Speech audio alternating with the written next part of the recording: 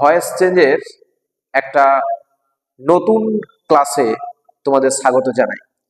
আজকের এই ভয়েস চেঞ্জের ক্লাসটা করার পর দেখবে তোমাদের ভয়েস চেঞ্জে আর কোনো রকম প্রবলেম থাকবে না। এই ক্লাসটা তোমাদেরকে অনেক হেল্প করবে। মন দিয়ে ক্লাসটা দেখো। আজকের ক্লাসটাকে বলা চলে প্রো ক্লাস। আজকের এই ক্লাসে গ্রামারের ভয়েস চেঞ্জ পার্টে কোনো সমস্যা আমি তোমাদের থাকতে দেব না, শুধু মন দিয়ে ক্লাসটা দেখো। ভয়েস চেঞ্জ করতে গেলে সর্বপ্রথম আমার কি দরকার, এই বিষয়টা অনেকেই না ভেবে ভয়েস চেঞ্জ করতে শুরু করে দেয়, তখনই ভুল ভ্রান্তিটা ঘটে। ভয়েস চেঞ্জ করতে গেলে আগে ভয়েস এটাকে চিনতে হবে যে কোন ভয়েসে আছে। কারণ আমরা জানি ভয়েস দুই প্রকার, অ্যাক্টিভ ভয়েস আর প্যাসিভ ভয়েস, তাই তো? এবার আমি যদি চিনতে না পারলাম যে অ্যাক্টিভ ভয়েসে আছে নাকি প্যাসিভ ভয়েসে আছে বাক্যটা, তাহলে তো ভয়েস চেঞ্জ করাটা আমার ভুল হয়ে যাচ্ছে না। তাই প্রথমত আমাকে চিনতে হবে।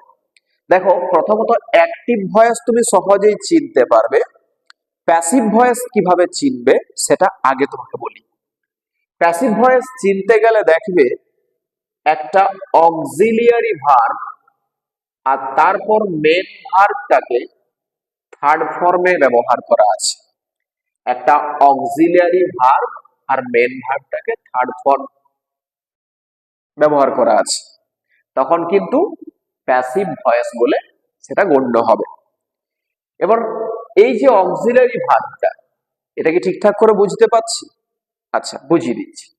অক্সিলিয়ারি ভার্ব বলতে আমি দেখতে পাবো অ্যাম আছে, ইজ আছে, আর আছে, ওয়াজ আছে, ওয়ার আছে, এতগুলো অক্সিলিয়ারি ভার্ব আছে। তারপরে বিইআইএনজি ইউজ করা আছে, আর তারপরে মেন ভার্বটার থার্ড ফর্ম আছে। তাহলে এটাও কিন্তু প্যাসিভ ভয়েস চেনার একটা নিয়ম। ঠিক আছে, এরপর আরো বলি, যদি দেখি হ্যাভ, হ্যাজ আর হ্যাড, এরপর বিন,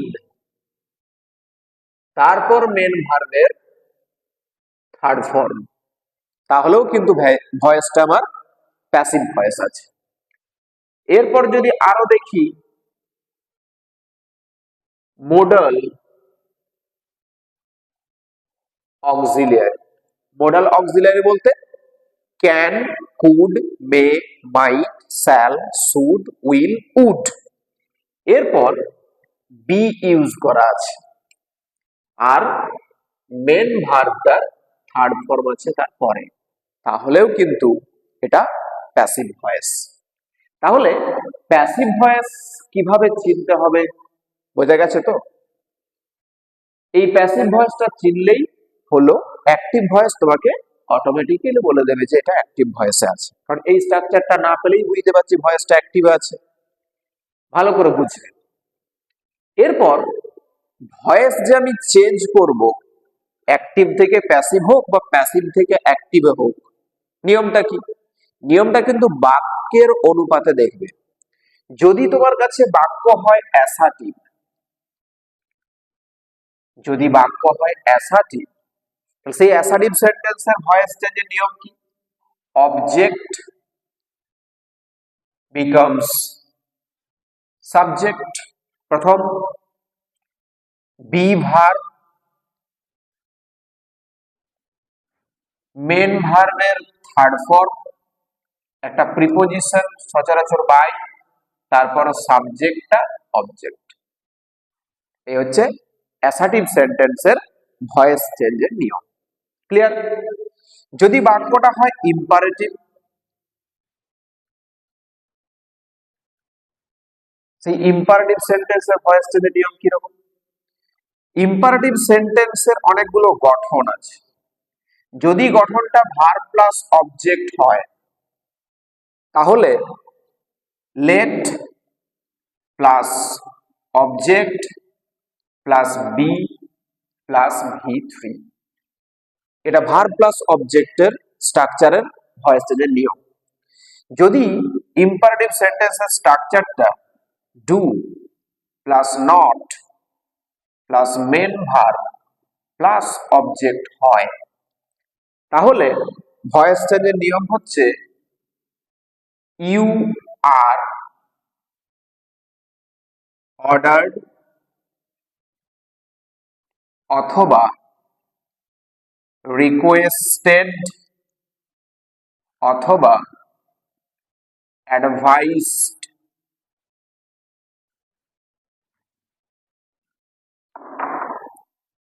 advised plus not to plus main verb plus rest, মানে বাকি অংশ। এটা do plus not plus main verb plus অবজেক্টের স্ট্রাকচারের নিয়ম। ইউ আর অর্ডার যদি আদেশ বোঝায় বাক্যটার দ্বারা, অর্ডার অর্থাৎ আদেশ, তাহলে আদেশ বোঝালে অর্ডার করবে। যদি অনুরোধ বোঝায়, অনুরোধ বোঝায় তাহলে রিকোয়েস্টেড করবে। আর যদি উপদেশ বোঝায়, উপদেশ, তাহলে অ্যাডভাইসড করবে। ক্লিয়ার? তারপর নট টু লেখার পর মেন ভার্ব থেকে বাকি অংশ পর পর টুকে দেবে, কোনো পরিবর্তন করতে হবে না। এটা do plus not plus main verb plus object. যদি please plus main verb plus object থাকে তখন ভয়েস চেঞ্জ কিভাবে করবে? You are requested to plus main verb plus rest, বাকি অংশ। ইউ আর রিকোয়েস্টেড টু করবে, এই ইউ আর রিকোয়েস্টেড টু যখন করবে সেটা প্লিজের জন্য করবে। ইউ আর রিকোয়েস্টেড টু লিখে দিলে প্লিজ শব্দটা অমিট হয়ে যাবে অটোমেটিক্যালি। এরপর মেন ভার্ব থেকে বাকিটা লিখে দিলেই কমপ্লিট। এরপর যদি এমন হয় please plus do plus not plus main verb plus object, please plus do plus not plus main verb plus object, তাহলে ভয়েস চেঞ্জ করার নিয়ম হলো you are requested not to plus main verb plus rest, মানে বাকি অংশ। এই হচ্ছে imperative সেন্টেন্সের এতগুলো স্ট্রাকচারের ভয়েস চেঞ্জের নিয়ম। এরপর যদি বাক্যটা তোমার ইন্টারোগেটিভ সেন্টেন্সের হয়, অ্যাসার্টিভ দেখলাম, ইম্পারেটিভ দেখলাম, যদি বাক্যটা ইন্টারোগেটিভ সেন্টেন্স অর্থাৎ প্রশ্নসূচক বাক্যের হয় তাহলে তার ভয়েস চেঞ্জ কিভাবে করবে একটু সহজ ভাবে দেখে নাও। ইন্টারোগেটিভ,